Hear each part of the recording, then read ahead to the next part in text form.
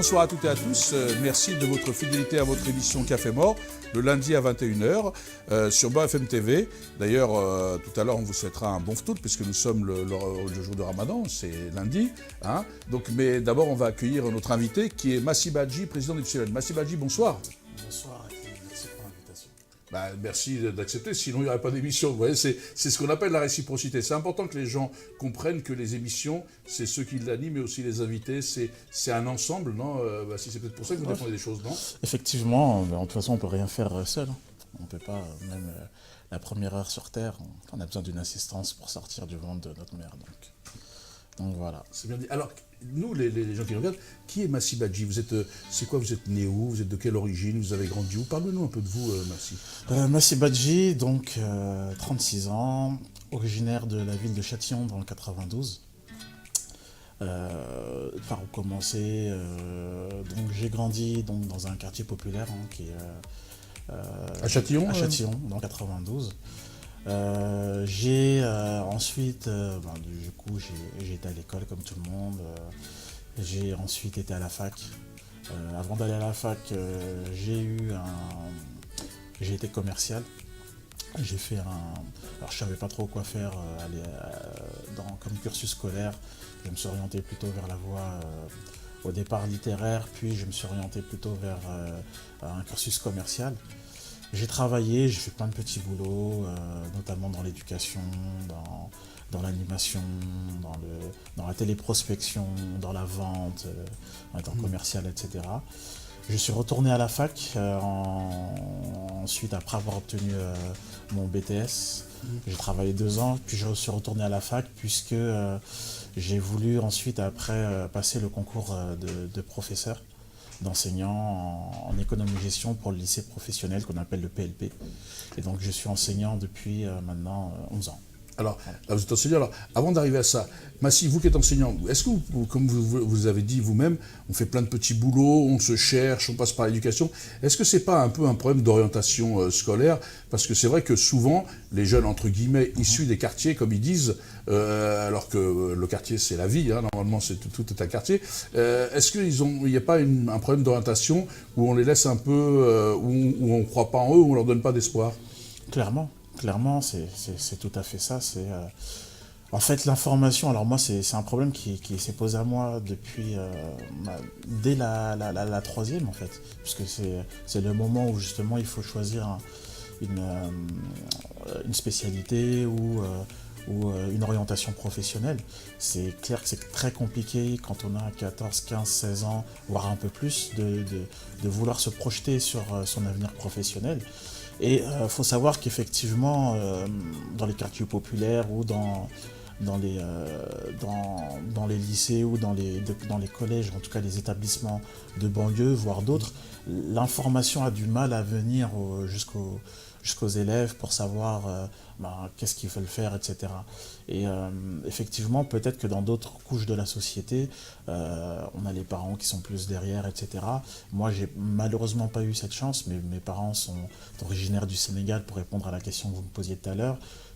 Des ouvriers, classe ouvrière. Mon père était peintre en bâtiment, illettré en français. Ma mère, idem, qui était femme de ménage. Donc je suis l'aîné de la famille, de la fratrie. Et j'avais pas forcément cet exemple-là pour justement tout ce qui est orientation professionnelle, etc. Donc en fait, on le fait un peu en fonction de ses envies, en fonction des exemples qu'on essaye de piocher un peu à gauche, à droite. Alors à l'époque, il n'y en avait pas tant que ça. Des personnes, des entrepreneurs ou bien des personnes qui avaient réussi, entre guillemets, dans la communauté des quartiers, donc plutôt des Noirs et des Arabes. Et donc du mal à vous identifier un peu à voilà, des gens. Clairement, il y avait un souci d'identification, mais à l'époque, on ne le sait pas forcément. Pour nous, c'est normal. C'est plus tard, avec du recul, qu'on se rend compte que, en fait, j'aurais pu faire ci, j'aurais pu faire ça, j'aurais pu être ce que je veux en réalité. Et c'est vrai qu'à l'époque, on ne s'en rend pas forcément compte, donc on procède par élimination. Ça, je ne peux pas le faire, ou bien je crois que je ne peux pas le faire. Ça, j'ai pas les compétences, ça, je n'aime pas. Bon, ok, je vais faire un peu comme ce que font les autres. Je vais m'orienter vers une voie un peu commerciale, de la vente, etc. Puisque c'était quelque chose qui permettait de toucher à différents métiers. Donc voilà. Et alors, vous avez dit que vous étiez originaire du Sénégal. Ouais. Alors, vous savez que les gens sont à cheval là-dessus. Le Sénégal, c'est grand. Les gens pensent ce truc, mais et ceux qui nous regardent et qui sont de chez vous vont dire, mais il dit pas qu'il a honte de son patelin, il est d'où du Sénégal? Absolument pas. Alors, en plus, je suis très fier. Moi, je suis issu d'un peuple Diola, donc les Diola, ne pas confondre avec les Djoula. Voilà. Les Diola, c'est le peuple comment dire, qui habite la Casamance, belle région du sud du Sénégal. Donc, alors région de Ziguinchor et département de Bignona et village de Balingour.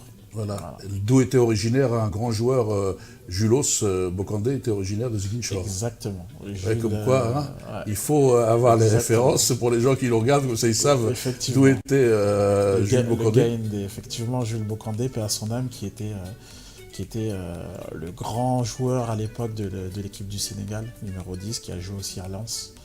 Et voilà, c'est une belle référence puisque il incarnait toutes les valeurs casacaises. Donc la rigueur, l'honnêteté, la droiture, le travail et voilà, et la hargne. Et un super, il faut le dire, parce qu'on en profite pour se savoir, c'était un super gars. Moi j'ai eu l'occasion de partager des tièpes avec lui, avec Boucher à l'époque qui jouait sur Vierzon, qui était aussi au Sénégal, et d'autres. Et c'est vrai que c'est quelqu'un de très humble, c'est vrai, cette région de Casamance, c'est des gens qui ont beaucoup d'humilité ou... Effectivement, c'est une chose c'est pour ça que je me réjouis que vous preniez Jules Bokandé pour exemple, parce qu'effectivement c'est une région, alors c'est vrai que quand on dit Sénégal, c'est vaste. Souvent, les gens ne connaissent en tout cas ne parlent que de la région de Dakar, alors qu'il y a plein de belles régions, notamment celle de la Casamance. Et effectivement, ce qui caractérise le peuple, les gens du Sud, et notamment les Diola, c'est un peu cette droiture, cette humilité, de rien avoir et pourtant partager tout ce qu'on a. Et c'est un peu ce qui caractérise aussi l'engagement associatif, l'engagement de mes parents qui, sans le vouloir en réalité, j'ai juste été guidé par leurs pas. Et voilà, c'est un très beau peuple. Moi je vous invite aussi, pour ceux qui ne connaissent pas cette belle région qui est la Casamance, de vous y rendre. Et voilà, vous verrez toutes les valeurs qui caractérisent ce peuple. Pardon. Ben voilà, donc ouais, c'est parce que avoir cette référence. Et alors donc effectivement, les gens ne connaissent pas, mais beaucoup de gens connaissent puisqu'ils y vont. C'est quand même assez touristique maintenant. Il y a quand même beaucoup de. Et juste sur Massy, c'est ça qui t'a amené de facto à créer Epsilon. Et c'est quoi un peu l'esprit d'Epsilon, de ton engagement là-dedans? Alors il y a plusieurs questions en une. Effectivement, il y a plein de choses en réalité qui sont de l'ordre de l'inconscient, qui vous savez, le cerveau, c'est comme une éponge, hein, on imprègne des choses sans forcément s'en rendre compte. Et c'est vrai que mes parents, et je pense que c'est ce qui caractérise aussi beaucoup de parents issus de l'immigration, c'est qu'à un moment donné, ils avaient besoin de se retrouver. Donc moi, depuis tout petit, en réalité, il y avait une association des ressortissants de mon village, donc le village de Balingour, et toutes les réunions se faisaient chez moi.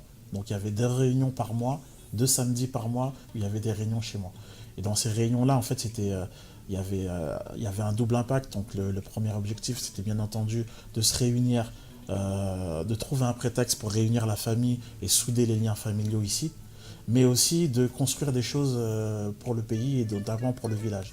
Donc il y avait des cotisations qui se faisaient et du coup il y avait des projets qui se réalisaient, des projets de marché, des projets de construction d'un hôpital, des projets de puits, etc., etc.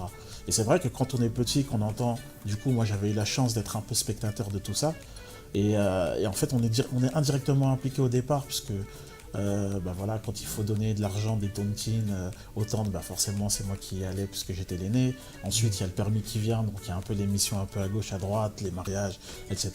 Et en fait sans s'en rendre compte, en fait on baigne déjà dans un environnement et dans une atmosphère où on est tourné vers l'autre.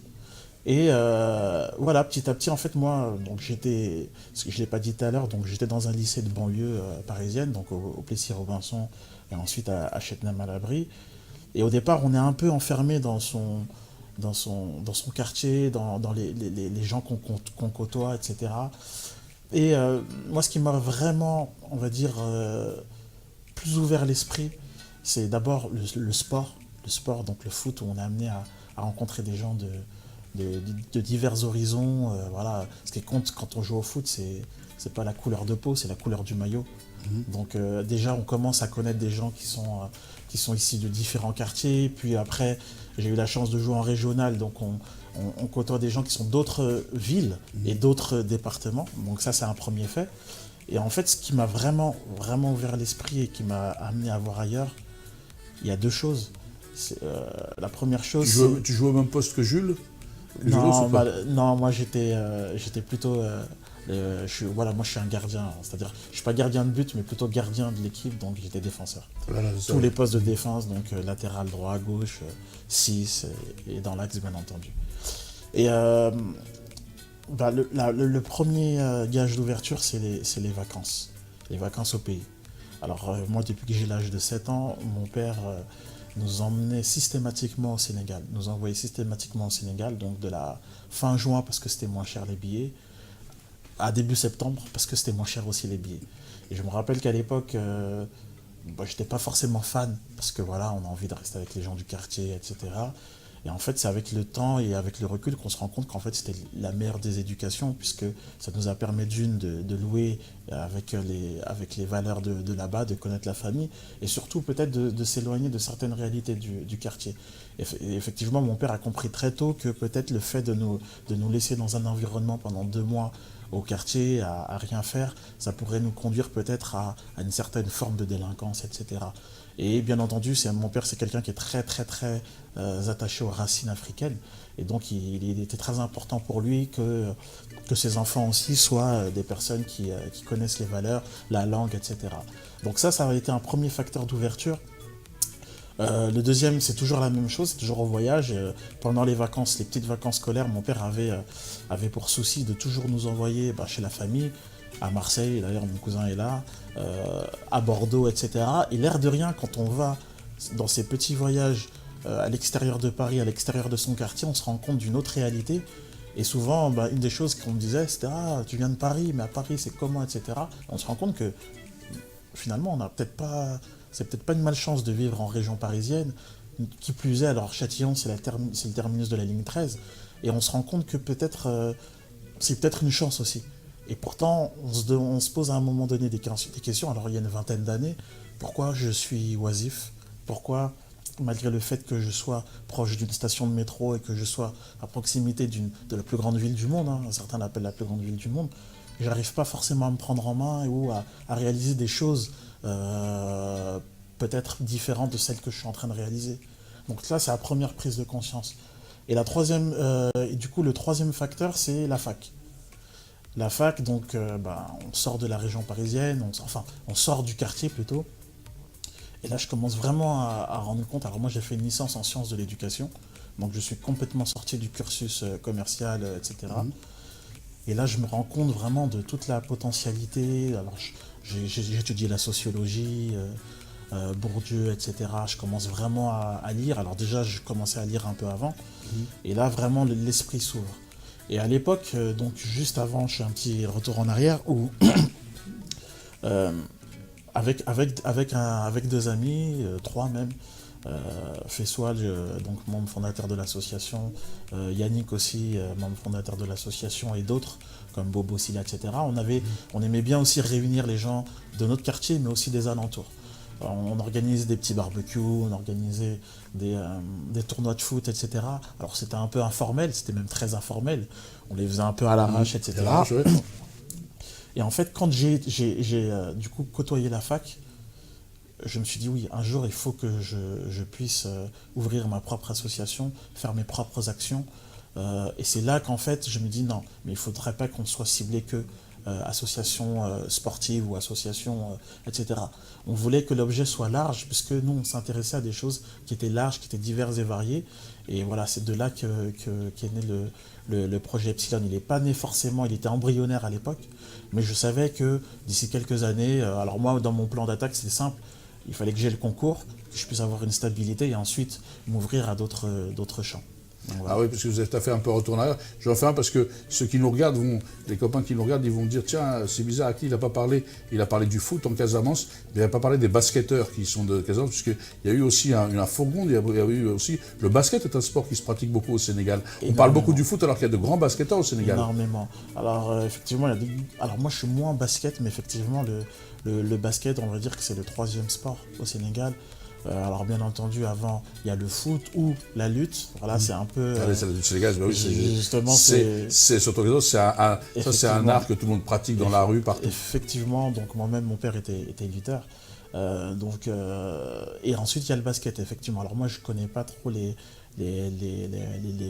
spectacles, comment dire, les joueurs, voilà, les joueurs, etc. Je le disais parce que comme je sais qu'ils ont eu se ramener à l'eau sur l'eau, les papes, tout ça, vous voyez comme quoi, j'oublie pas, je sais qu'au Sénégal, il y a le basket. Voilà, c'était pour leur dire. Parce que souvent ils disent, ouais, tu parles du foot, tu parles de la lutte, le basket, c'est un sport, les Sénégalais sont forts, très pratiqué.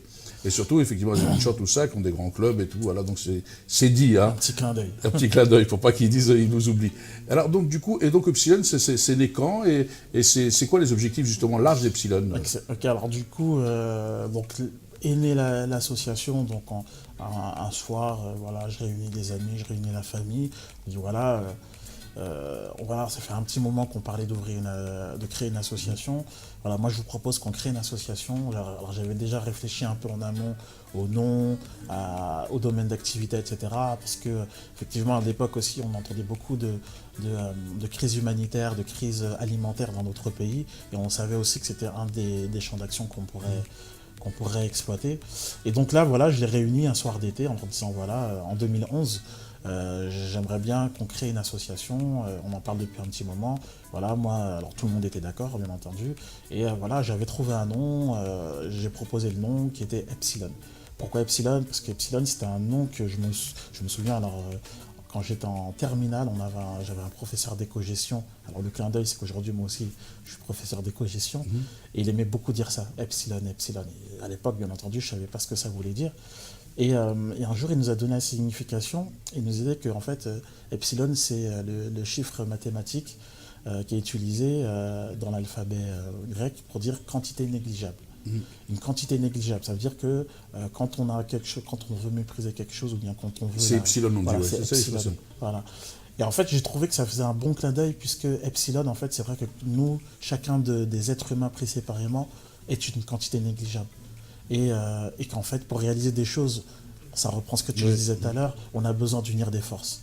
On a besoin de s'allier. Et d'ailleurs, le logo d'Epsilon, sur le Y, c'est 3 points qui sont joints, qui veut dire non pas qu'on est pour la violence, bien au contraire, mais c'est pour dire qu'on unit nos forces. Donc voilà, je trouvais que Epsilon, ça sonnait bien, c'était accrocheur, et surtout c'était évocateur. Et donc là, on avait fait un petit tour de table, et voilà, les gens adhéraient. Et donc Epsilon, c'est une association qui intervient dans le domaine social et qui a pour objectif d'inciter des jeunes à réaliser des projets et à être acteurs de la société. On a voulu intervenir sur 4 volets, le volet sportif, humanitaire, culturel et éducatif. Voilà, donc le principe, il est simple. Toute personne qui est dans l'association, qui propose un projet et qui est validé par l'association, en devient le référent. Et du coup, on a pu intervenir sur vraiment différents projets, comme le soutien scolaire, les maraudes auprès des sans-abri. La première action qu'on a réalisée, c'était l'opération Kébémer, c'est de récolter du matériel scolaire pour une école au Sénégal, donc dans le village de Kébémer.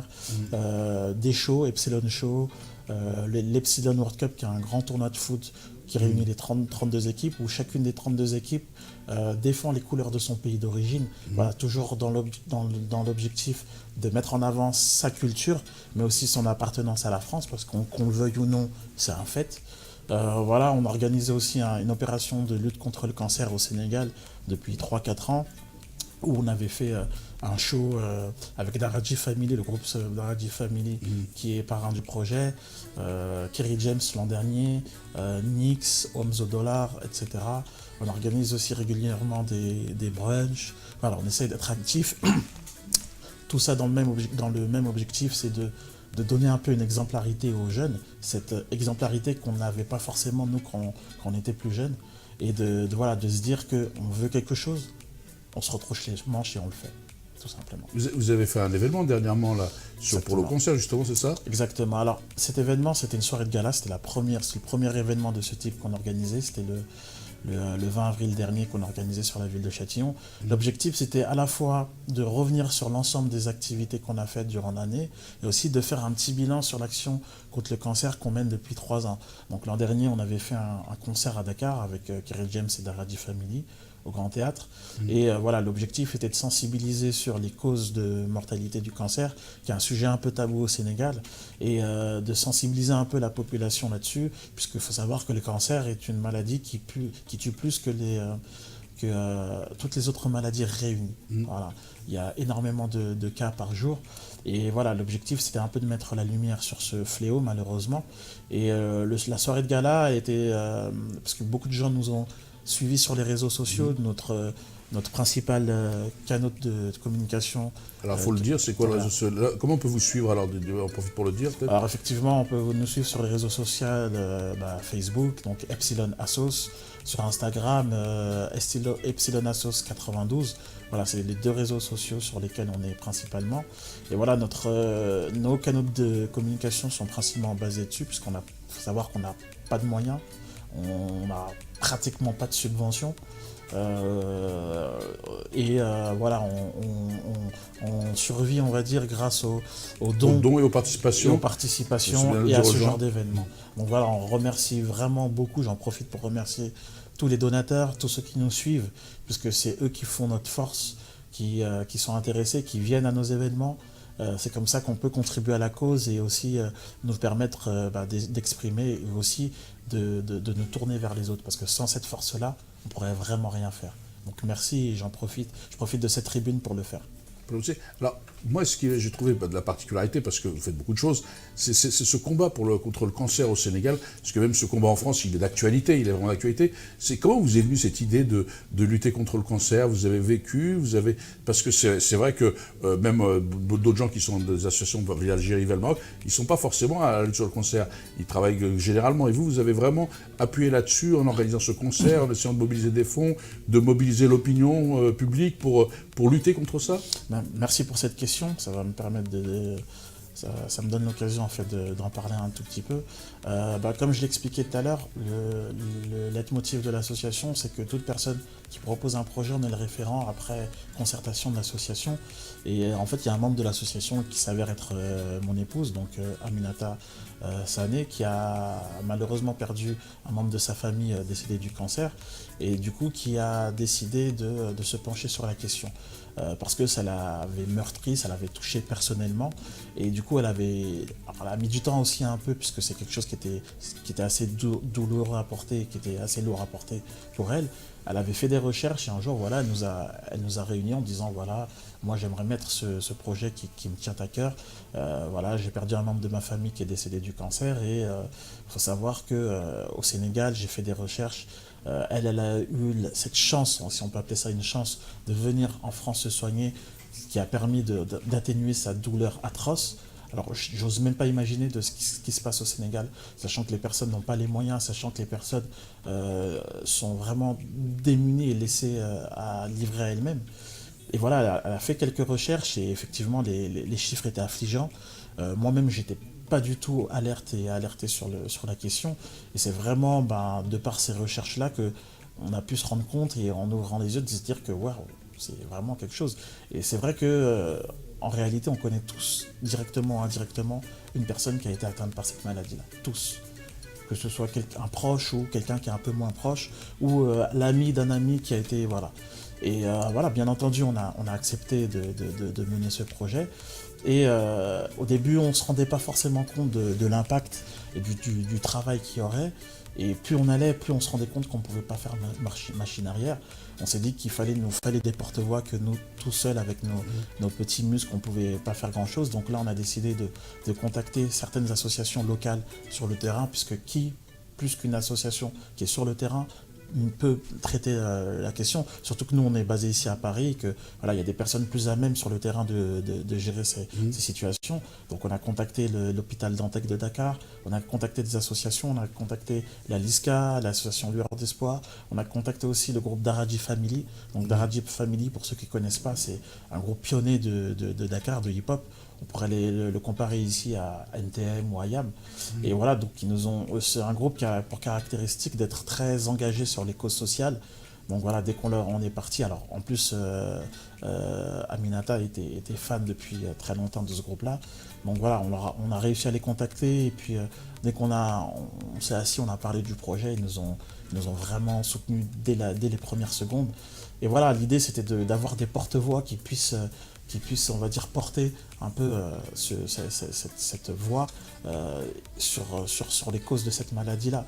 Et l'idée c'était, alors on ne voulait pas forcément inclure une sphère financière parce qu'on sait que c'est très compliqué à gérer, mais on voulait au moins être des donneurs d'alerte. Hein. Voilà, dire que voilà, c'est une maladie qui est difficile, il faut se dépister, aussi d'alerter un peu le gouvernement pour que ça devienne... Alors, le gouvernement sénégalais fait des choses, mais pas assez, clairement pas assez, pour que ce soit une des priorités. Donc voilà. Ah, moi, excuse-moi, parce que j'ai eu un petit moment, une séquence d'émotion, parce que moi-même, j'ai perdu ma soeur en 2010 d'un cancer, donc on sait tous ce que représente cette maladie. Et c'est vrai que c'est quand même aussi important de parler des artistes qui s'engagent là-dessus, parce qu'ils sont aussi des référents, ils sont aussi des symboles, ils sont aussi les gens des modèles, entre guillemets, si je puis parler ainsi, quand ils sont positifs. Et il y a aussi beaucoup d'artistes sénégalais qui sont engagés. Je pensais tout à l'heure à un autre ami, Awadi, qui est un gars très engagé. Et c'est beaucoup ça, comme on parlait du Family, tout ça, c'est des gens qui sont très engagés au Sénégal, les artistes. Effectivement.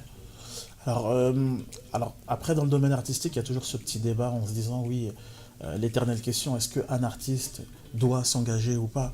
Alors, bon gré, mal gré, un artiste a on va dire une certaine influence sur les populations, il a une certaine... dans son discours, qu'il le veuille ou pas, il a quand même un impact. Et on va dire que, en tout cas, les artistes qu'on a contactés, on en a contacté beaucoup, donc certains se sont ralliés à la cause, d'autres ont certaines aussi contraintes qu'on respecte. Mais c'est vrai que, alors je ne sais pas si c'est propre au Sénégal, mais les artistes qu'on a contactés au Sénégal ont la plupart répondu assez vite présent parce que c'est, encore une fois, c'est une cause qui est universelle. C'est vraiment une cause... Là, on a parlé du Sénégal parce que Aminata est d'origine sénégalaise, ça aurait pu se faire au Cameroun, au Bénin, au Brésil, voilà. L'idée, c'est vraiment ça. Après, concernant les artistes, c'est vrai qu'ils ont répondu assez vite positivement à l'appel. D'ailleurs, on leur en remercie encore beaucoup. Kerry James aussi, qui a répondu à l'appel. Alors, en France, il existe très peu en fait, d'artistes, en tout cas dans le monde du hip-hop, qui soient aussi engagés que lui. Et vraiment, on tenait vraiment encore une fois, alors moi dès que j'ai l'occasion de le remercier, puisque il faut le souligner, c'est quelque chose à souligner, nous on est personne, en fait, on est Epsilon, sans mauvais jeu de mots, où on vient, on essaye de sensibiliser en se disant voilà, il nous faut des relais. Et qui mieux que les artistes qui sont écoutés par des milliers et des milliers de personnes, pour pas dire des millions, pour un peu faire porter notre voix, sachant que nous, notre plus grande fierté, c'est quand des personnes nous appellent et nous disent voilà, j'ai entendu votre appel à la radio ou à la télé ou via tel artiste. Vraiment, moi, c'est une cause qui me touche parce que j'ai perdu quelqu'un atteint du cancer, voilà, qu'est-ce que je peux faire, etc. Nous, pour l'instant, notre seule force, parce qu'on n'a pas d'autres moyens, c'est justement de les mettre en relation avec les instances compétentes pour essayer de traiter le problème. Et c'est un peu aussi une frustration puisqu'on est démunis. C'est vrai qu'on a fait cet appel, on a mis un tant soit peu la lumière sur ce fléau, mais derrière on est un peu démunis puisque voilà, on n'a pas de moyens en réalité. Mais on se dit qu'il n'y a rien qui ne sert à rien. Peut-être que quelqu'un qui a les moyens pourra entendre un jour notre appel et du coup nous donner un coup de main sur la question ou aider un malade directement. Et dans ce cas-là, on dira qu'on a fait notre part. Vraiment, on aura fait notre part. Et c'est vraiment ça, Epsilon, c'est faire sa part, tout simplement. Mais c'est une belle chose, parce qu'on va me dire sa fin. D'ailleurs, on peut saluer votre épouse pour ce combat noble qu'elle mène et lui dire à Aminata Sadé que c'est mieux avec chapeau, hein, parce qu'elle disait, pour la bouteille, elle comprendra. Alors, juste, moi, il y a quand même, sur ce que tu disais, qui me paraît essentiel, c'est effectivement, est-ce que tu penses que, tu parlais de travailler en Afrique, ça s'est fait au Sénégal, ça aurait pu être ailleurs, est-ce que tu penses que les Africains sont capables de se dépasser pour réfléchir en africain et non plus en pays d'origine, et de pouvoir, du nord au sud, de l'est à l'ouest, pouvoir essayer de construire ensemble l'avenir de l'Afrique? Je pense que oui. Alors, j'étais de ceux qui pensaient que c'était quelque chose qui était utopique. Je suis de ceux qui pensent que c'est très difficile. Parce que les clivages, voilà, on ne va pas refaire l'histoire liée à la colonisation, à l'esclavage, etc., qui ont fait que, si on prend juste le cas du Sénégal, il y a 17 langues au Sénégal. Si c'est pas 20, une vingtaine de langues, autant d'ethnies, etc. Et c'est vrai que là, comme on dit, diviser pour mieux régner, c'est quelque chose qui fait que on voit la différence en premier chez l'autre plutôt que de voir ce qui nous unit. Maintenant, je pense que c'est possible, à partir du moment où il y a un intérêt commun. Voilà. Et pour moi, l'intérêt commun, c'est ce qui va faire qu'à un moment donné, on oublie. Si on reprend l'histoire de la guerre mondiale, enfin des récentes guerres, si certaines nations se sont unies, c'est parce qu'ils avaient un intérêt commun, c'était de défoncer une armée. Bah, peut-être que s'il y a un intérêt commun qui va permettre, alors je déteste ce terme, mais je vais l'utiliser quand même, parce qu'il n'y a rien qui me vient à l'esprit actuellement, c'est qu'il y ait une convergence au niveau de l'intérêt. Voilà. Et pour moi, ça va passer par un intérêt économique. Ça veut dire que si à un moment donné, on prendra conscience que toi plus moi, ça va donner beaucoup plus que moi tout seul, peut-être qu'on ne verra pas la différence chez l'autre et on verra ce qui va nous permettre de nous unir et de renforcer nos liens. Parce que clairement, toi tu as un réseau, moi j'ai le mien. Peut-être que si on fait les choses ensemble, il y aura plus, on va dire l'addition sera plus importante que si on fait les choses chacun de notre côté. Et je ne sais pas qu'est-ce qui va faire, quel sera l'élément déclencheur, mais il faudra forcément passer par là.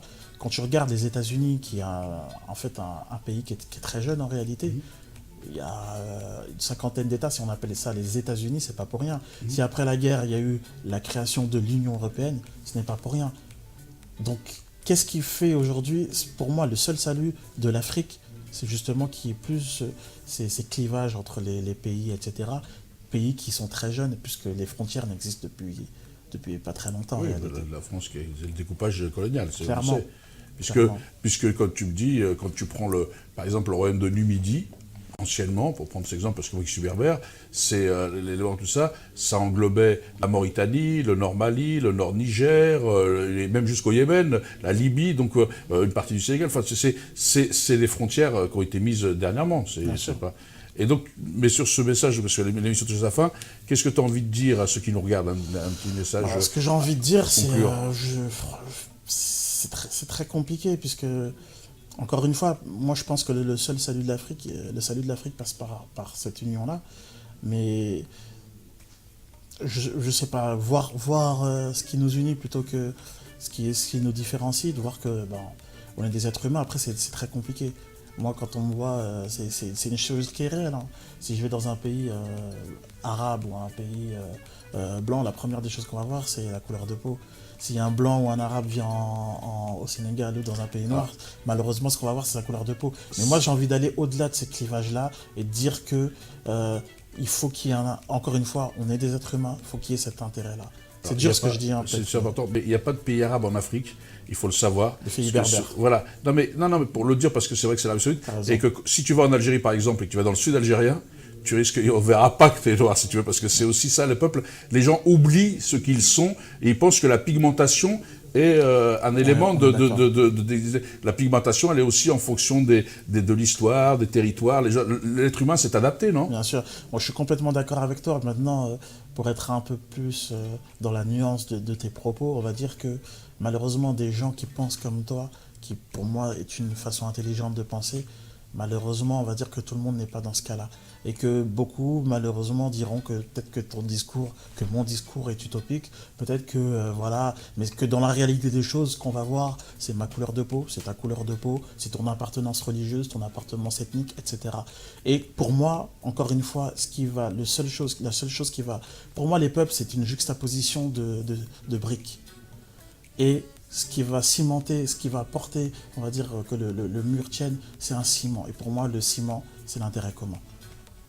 Elle te va, ma Merci, conclusion? ouais, très bien, Massi, elle me va. Écoutez, nous, on va vous souhaiter un bon retour pour ceux qui nous regardent et qui vont passer à la rupture du jeûne. En tous les cas, sur ce message d'espoir de Massi, en disant l'utopie, c'est ce qui fait vivre le monde, c'est ce qui fait avancer quand elle est programmée. Et donc, on espère que tous ceux qui nous regardent comprendront qu'il n'y a de salut que dans l'unité. L'unité, c'est pas l'uniformité, c'est pas d'être tous pareils, mais c'est dans nos diversités, être capable d'être dans l'unité, parce que l'intérêt commun, c'est l'avenir de nos enfants et certainement l'avenir de la planète aussi. Bonsoir à toutes et à tous. Merci de votre fidélité à notre émission.